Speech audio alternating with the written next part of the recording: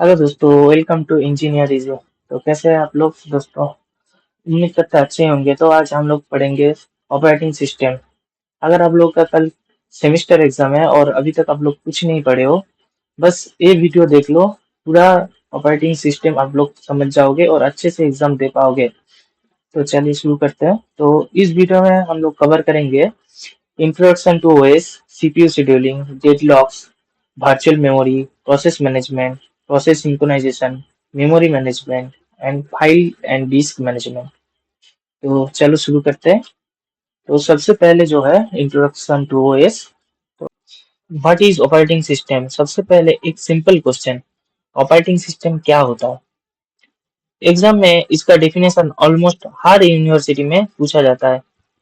Simple language में operating system एक system software है जो यूजर और हार्डवेयर के बीच ब्रिज या मिडिलमैन की तरह काम करता है।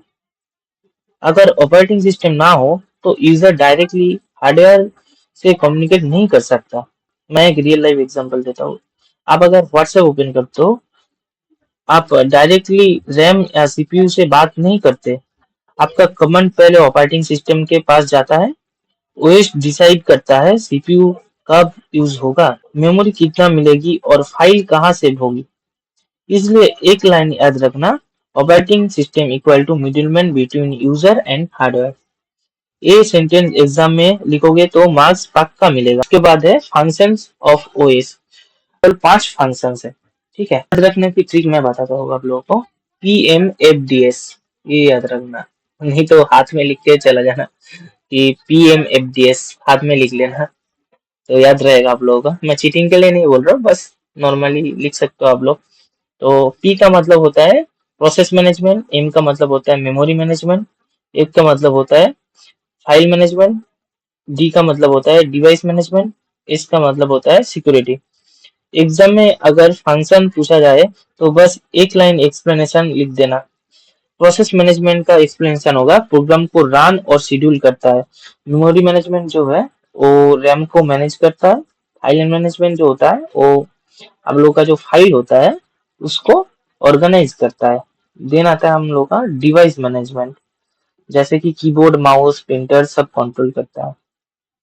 उसके बाद सिक्योरिटी होता है, जो सिक्योरिटी मतलब हम लोग का जो डेटा होता है उसको प्रोटेक्ट करता है और अनऑथराइज्ड डेटा जो होता है उसको आने नहीं देता, जैसे कि वायरस वगैरह ये सब, ठीक है। टाइप्स ऑफ ऑपरेटिंग सिस्टम में एग्जाम में डायरेक्ट 5 मार्क्स के क्वेश्चन बन सकता है। बैच ऑफ ओएस मतलब होता है सेम टाइप के जॉब्स को एक साथ एग्जीक्यूट करता है, ठीक है। Batch of OS same type का जॉब जो होता है सब एक साथ एग्जीक्यूट करता है। उसके बाद है हम लोग का टाइम शेयरिंग ओएस। सीपीयू का टाइम सब यूजर में डिवाइड करता है, ठीक है। जितना भी यूजर होगा सबको डिवाइड करता है टाइम। देन है हम लोग का डिस्ट्रीब्यूटेड ओएस। कोई कंप्यूटर मिलकर एक सिस्टम की तरह काम करता है। फिर है हम लोग का real time OS. Fix time के अंदर रिस्पॉन्स देना कंपलसरी होता है। For example airbag system, mobile OS, Android और आईओएस जैसे सिस्टम, ठीक है। फिर हम लोग चलते हैं नेक्स्ट टॉपिक पे, जो है प्रोसेस मैनेजमेंट। बहुत स्टूडेंट यहाँ कंफ्यूज होता है। प्रोग्राम और प्रोसेस सेम नहीं होता। प्रोग्राम मतलब होता है फाइल जो डिस्क में स्टोर है, जैसे vls.exe, या आप लोगों का जो होता है game.exe फाइल। ये सिर्फ फाइल है, ठीक है। जब आप उस फाइल को ओपन करते हो वो रैम में लोड होता है, जैसे सी यूज करता है। अब वही प्रोसेस बन जाता है। Simple trick, program equal to sleeping, process equal to running, बस इतना याद रखो। मतलब कि जो प्रोग्राम है आप लोग का जो game.exe फाइल है, तो वो तो ऐसे नॉर्मली फाइल होता है, ठीक है। उसका कोई लाइफ स्पैन नहीं होता है। वो जितना दिन मन करे उतना दिन रह सकता है। आप जब डिलीट करोगे तभी वो डिलीट होगा, नहीं तो उसका कोई लाइफ स्पैन नहीं होता है। उसके बाद अगर आप लोग वो गेम को ऑन करते हो या ओपन करते हो, देन वो प्रोसेस हो जाता है, मतलब एक्टिव हो जाता है। उसके बाद जितना देर गेम चलता है उतना देर वो प्रोसेस चलता है। फिर आप लोग जब गेम से एग्जिट ले लेते हो तब वो प्रोसेस बंद हो जाता है। ठीक है, बहुत ही इजी है, याद रखना है। तो हम लोग का इधर नेक्स्ट है प्रोसेस स्टेट्स। तो प्रोसेस स्टेट्स क्या होता है? तो हम लोग का जो प्रोसेस होता है, तो उसमें टोटल हम लोग का 5 स्टेट होता है। ठीक है, तो सब आप लोगों को समझने के लिए मैं एक रियल लाइफ एग्जांपल देता हूँ। जैसे सम आप लोग समझिए कि आप लोग एग्जाम में गए हो आप लोगों का, ठीक है। उसके बाद एग्जाम हॉल में जब इंटर कर रहे हो तो वो होता है न्यू स्टेट। ठीक है, फिर जब आप लोग अपना टेबल पे अपना पेन और आंसर शीट लेके बैठे हो, तब वो होता है रेडी स्टेट। फिर जब आप लोग का सर आप लोगों को बोलता है कि अभी लिखना स्टार्ट करो, आंसर लिखना, तब वो रनिंग स्टेट में चला जाता है। फिर आप लोग का अगर आंसर शीट लिख के खत्म हो जाता है, फिर आप लोग एक्स्ट्रा शीट लेने के लिए सर को बोलते हो, तब वो वेटिंग स्टेट में चला जाता है। फिर जब आप लोग का सब कुछ लिखना खत्म हो जाता है, फिर वो हो जाता है टर्मिनेटेड। एग्जाम जब खत्म हो जाता है वो टर्मिनेटेड स्टेट हो जाता है। ठीक है, बहुत ही इजी है, ये याद रखो। बस इधर जो न्यू, रेडी, रनिंग और वेटिंग और टर्मिनेटेड है, यही ऐसे ही आप लोग अगर डायग्राम बना के आ जाओगे तो आप लोगों को फुल मार्क्स मिल जाएगा। तो इधर पीसीबी क्या होता है? ठीक है, तो सिंपल वे में समझो आप लोग। तो जब भी प्रोसेस सीपीयू पे चलता है, ओएस को उस प्रोसेस की हर डिटेल याद रखनी पड़ती है। ठीक है, ताकि अगर वो प्रोसेस बीच में अगर किधर भी रुक जाए, तो उसके बाद अगर सीपीयू को बाद में जाके वो प्रोसेस को चलाना पड़े, तब जिधर से रुका है उधर से वो चला सके। तो इसी को ही पीसीबी कहता है। इजी एग्जांपल में मैं आप लोगों को समझाता हूँ। जैसे सोचो, पीसीबी एक स्टूडेंट की एग्जाम फाइल है। उस फाइल में उस स्टूडेंट का रोल नंबर, कितना पेपर लिखा है, कौन सा आंसर लिखा लिखा है, कितना टाइम बचा है, सब लिखा होता है। अगर टीचर उसको बीच में रोक दे, जैसे कि समझ लो कि 5 मिनट का अगर ब्रेक दे दे उसको, तो फाइल देख के पता चल जाएगा कि वापस कहाँ से शुरू करना है। मतलब उधर वो किधर से लिखना स्टार्ट करेगा, वो फाइल देख के तो समझ जाएगा ही ना। तो यही पीसीबी होता है। फिर है पीसीबी स्टोर्स। तो इसको याद रखने का सबसे इजी वो मैं आप लोगों को बताता हूँ। जैसे कि प्रोसेस आईडी, पीआईडी प्रोसेस का यूनिक नंबर होता है, जैसे आप लोग का रोल नंबर जो है वो। फिर आता है प्रोसेस स्टेट। प्रोसेस अभी न्यू, रेडी, रनिंग, वेटिंग में है, इसको प्रोसेस स्टेट बोलता है, जो थोड़ा देर पहले आप लोगों को समझाया हो। फिर आता है हम लोगों का प्रोग्राम काउंटर। प्रोसेस कौन सा इंस्ट्रक्शन पे है, नेक्स्ट क्या चलेगा, इसको ही बोलता है प्रोग्राम काउंटर। फिर हम लोग का है सीपीयू रजिस्टर्स। प्रोसेस का टेम्पररी डेटा जो सीपीयू यूज कर रहा था, उसको ही सीपीयू रजिस्टर से बोलता है। ठीक है, फिर हम लोग का आता है मेमोरी इंफॉर्मेशन। प्रोसेस ने रैम में कहाँ जगह ली है, उसको ही बोलता है मेमोरी इंफॉर्मेशन। मतलब जब आप लोग कोई भी टास्क रन कर रहे हो, तब जो प्रोसेस होता है वो मेमोरी में कौन सा जगह लेके बैठा है, तो वो जगह को ही बोलता है मेमोरी इंफॉर्मेशन। फिर आता है आईओ स्टेटस, मतलब कि इनपुट आउटपुट डिवाइस।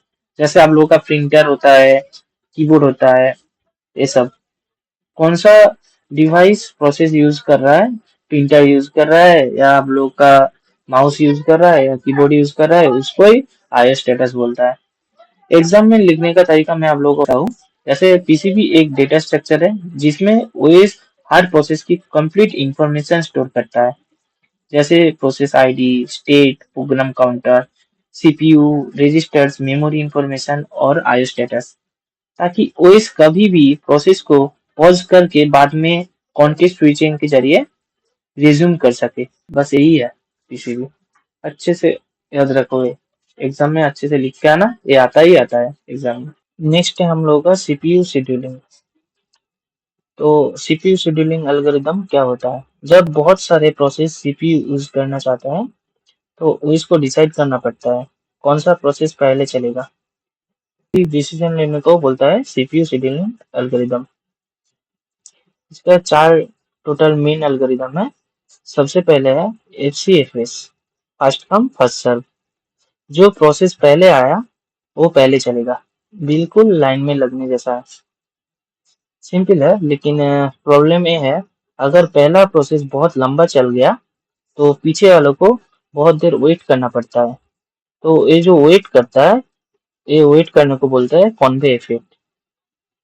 फिर हम लोग का आता है SJF, शॉर्टेज जॉब फास्ट।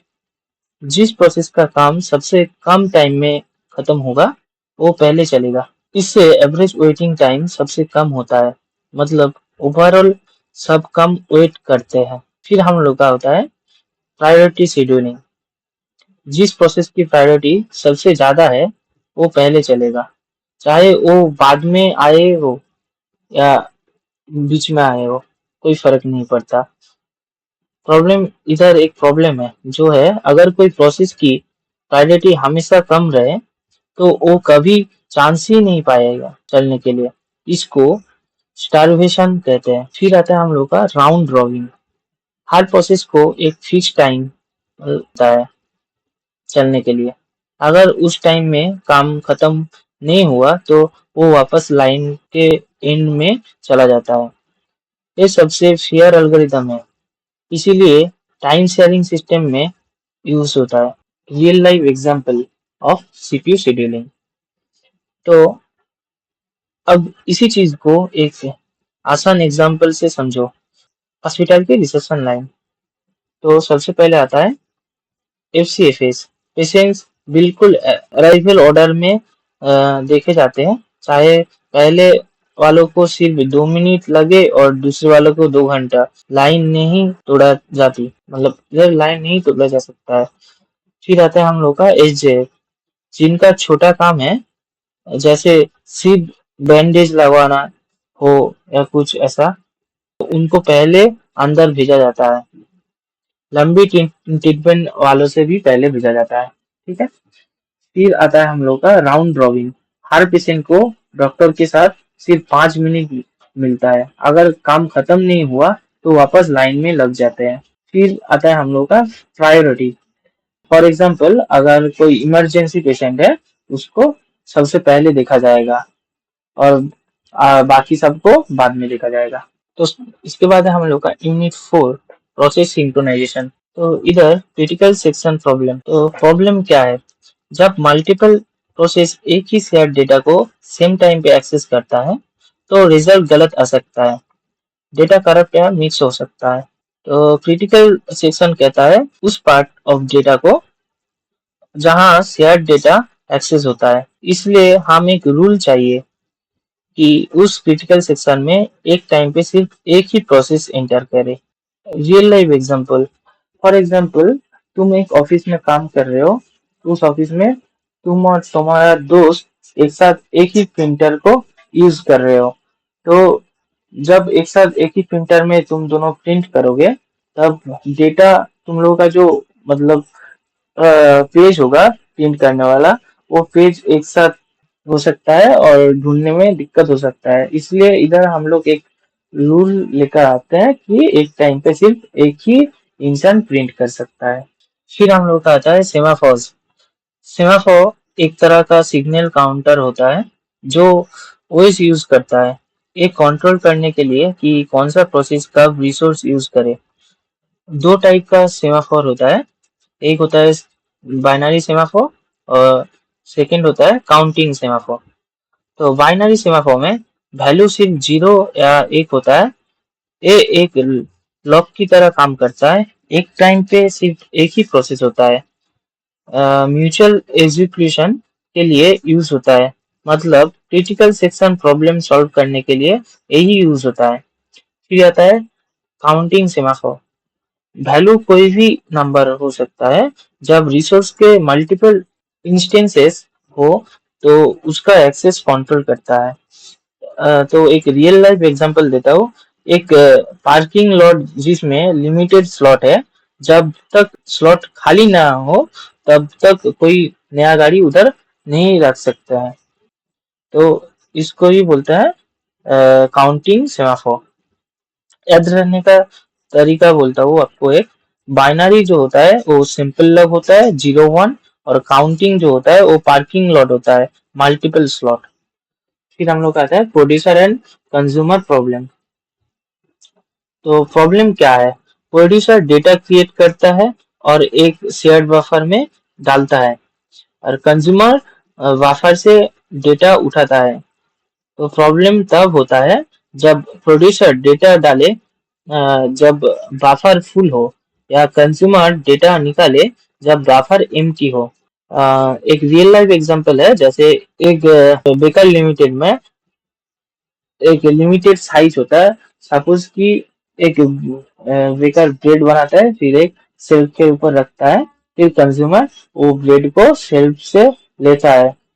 अगर शेल्फ फुल है तो बेकर को वेट करना पड़ेगा नया ब्रेड रखने के लिए, और अगर शेल्फ एम्प्टी है तब कंज्यूमर को वेट करना पड़ेगा नया ब्रेड मिलने के लिए।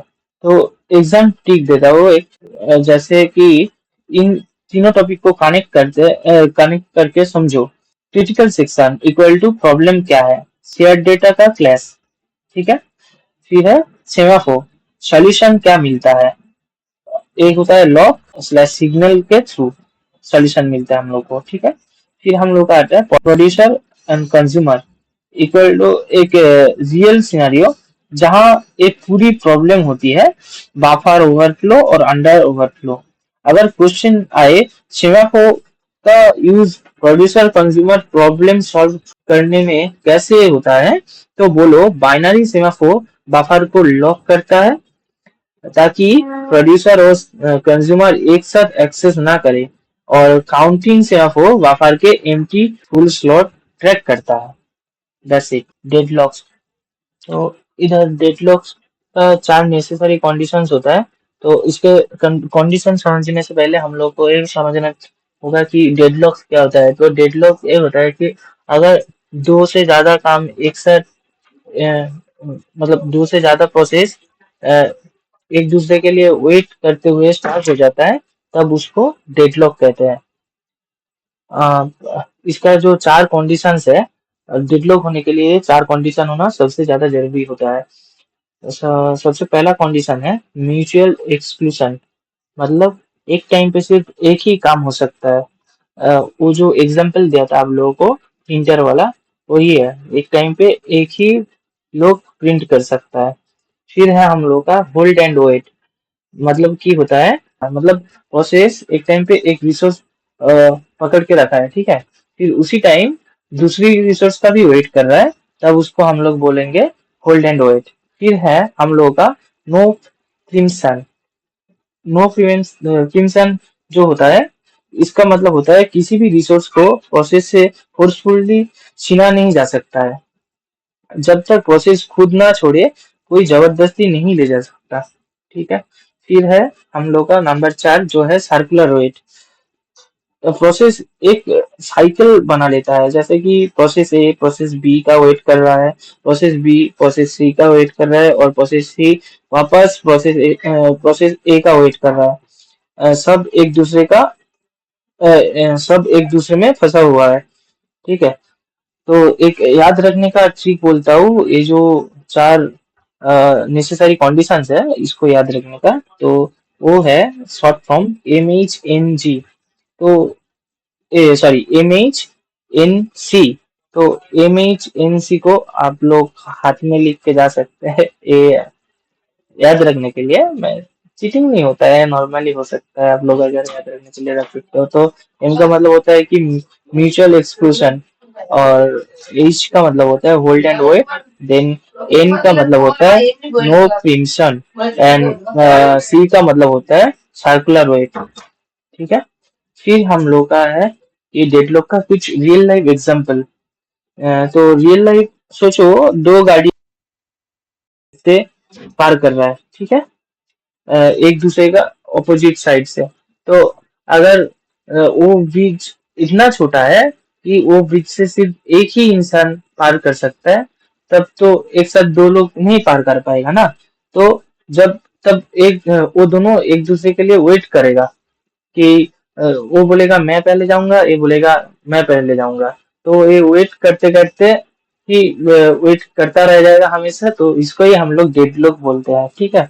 इसमें सब कंडीशन दिख रहा है, जैसे कि म्यूचुअल एक्सक्लूशन, जो मैं थोड़ा देर पहले ही आप लोगों को समझाया था। तो रियल लाइफ एग्जांपल में ये होता है कि एक टाइम पे एक ही गाड़ी ब्रिज यूज कर सकता है। देन है होल्ड एंड वेट, दोनों अपनी जगह पकड़े हुए हैं और दूसरे के हटने का वेट कर रहे हैं।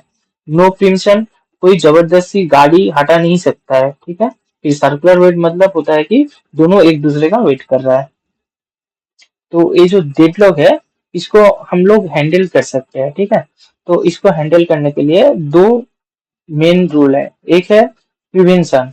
प्रिवेंशन मतलब होता है इन चार कंडीशन में कोई एक कंडीशन को नहीं होने देना है, ठीक है। जैसे कि डेडलॉक होने से पहले ही ब्रेक कर दो। जैसे अगर होल्ड एंड वेट कंडीशन ना होने दो, तो प्रोसेस एक साथ सारे रिसोर्सेज भागेंगे एक एक करके, ठीक है। फिर है हम लोग का एविडेंस। तो बैंकर्स एल्गोरिथम यूज कर सकते हैं इधर। ये रिसोर्स एलोकेट करने से पहले चेक करता है कि अगर ये रिसोर्स दिया गया तो सिस्टम सेफ स्टेट में रहेगा या नहीं। अगर सेफ नहीं रहेगा तो एलोकेशन रुक जाएगा, ठीक है। तो और एक आप लोगों को एग्जाम टिप देता हूँ इसके रिलेटेड, जो है प्रिवेंशन और अवॉइडेंस का डिफरेंस बहुत ज्यादा पूछा जाता है एग्जाम में। तो प्रिवेंशन जो होता है, प्रिवेंशन कंडीशन को ही होने नहीं देता।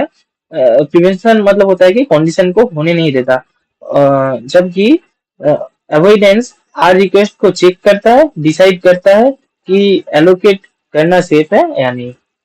यही डेडलॉक है। फिर है हम लोग का मेमोरी मैनेजमेंट। तो मेमोरी मैनेजमेंट में हम लोगों का सबसे ज्यादा पूछा जाता है पेजिंग वर्सेस सेगमेंटेशन। तो पेजिंग क्या होता है? पेजिंग जो होता है, मेमोरी को फिक्स साइज पेजेस में डिवाइड करता है, ठीक है। इससे एक्सटर्नल फ्रेगमेंटेशन नहीं होता। मैनेज करना सिंपल होता है पेजिंग। और रियल लाइफ एग्जांपल अगर मैं बोलूँ, एक बुक से जैसे इक्वल साइज बॉक्सेस है, जिसमें इक्वल साइज बॉक्सेस है, वो इक्वल साइज में इक्वल साइज का ही आप लोग बुक रख सकते हो, उसको ही पेजिंग बोलते हैं। और सेगमेंटेशन जो है, सेगमेंटेशन में वेरिएबल साइज सेगमेंट में डिवाइड किया जाता है। ये लॉजिकल यूनिट्स होता है, ठीक है। ये प्रोग्रामर जैसे सोचता है उससे मैच करता है, जैसे फंक्शंस और एरे। इसमें एक्सटर्नल फ्रेगमेंटेशन हो सकता है। रियल लाइफ एग्जांपल अगर मैं बोलूँ, अलग अलग सब्जेक्ट के लिए डिफरेंट साइज के फोल्डर्स, किसी सब्जेक्ट का फोल्डर छोटा, किसी का बड़ा हो सकता है। कोई दिक्कत नहीं होता इधर। याद रखने का ट्रिक एक बोलता हूँ, जैसे जो पेजिंग है, पेजिंग के लिए सब बॉक्स सेम साइज का होता है, मतलब फिक्स होता है। और सेगमेंटेशन के लिए हर फोल्डर अलग अलग साइज का हो सकता है, जैसे वेरिएबल्स। फिर है हम लोग का unit 7, which is virtual memory. तो virtual memory and paging replacement. तो वर्चुअल मेमोरी क्या होता है? तो इसको पहले अच्छे से समझो। ये प्रोग्राम को फिजिकल रैम से ज्यादा मेमोरी यूज करने देता है, ठीक है। वर्चुअल मेमोरी प्रोग्राम को फिजिकल रैम से ज्यादा मेमोरी यूज करने देता है। वो इस जरूरत के हिसाब से डेटा रैम और डिस्क के बीच स्वाइप करता रहता है। मतलब ऑपरेटिंग सिस्टम का कितना जरूरत है, तो उसके हिसाब से रैम और डिस्क के बीच में स्वाइप होता रहता है डेटा। रियल लाइफ अगर एग्जांपल मैं बोलूँ, तो अपने टेबल पे सिर्फ वही फाइल्स रखो जो तुमको चाहिए, बाकी सब ड्रायर के अंदर रखो। जब जरूरत हो तब निकल लो, ठीक है। यही रियल लाइफ एग्जांपल है। और इसके बाद है पेज रिप्लेसमेंट एल्गोरिदम।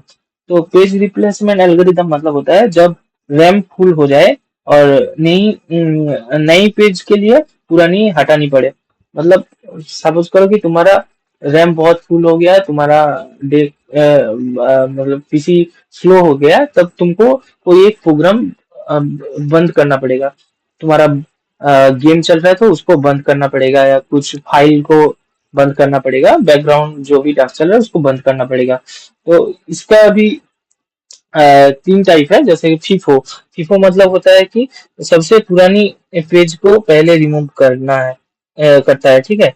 रैम जो होता है, सबसे पुराना जो उसका फाइल रहता है उसको पहले रिमूव करता है। फिर आता है LRE, LRU latest recent used, जो पेज सबसे लंबे टाइम से यूज नहीं हुआ उसे रिमूव करता है। फिर आता है हम लोग का ऑप्टिमल, जो पेज फ्यूचर में सबसे लंबा टाइम तक नहीं चाहिए उसे रिमूव करता है।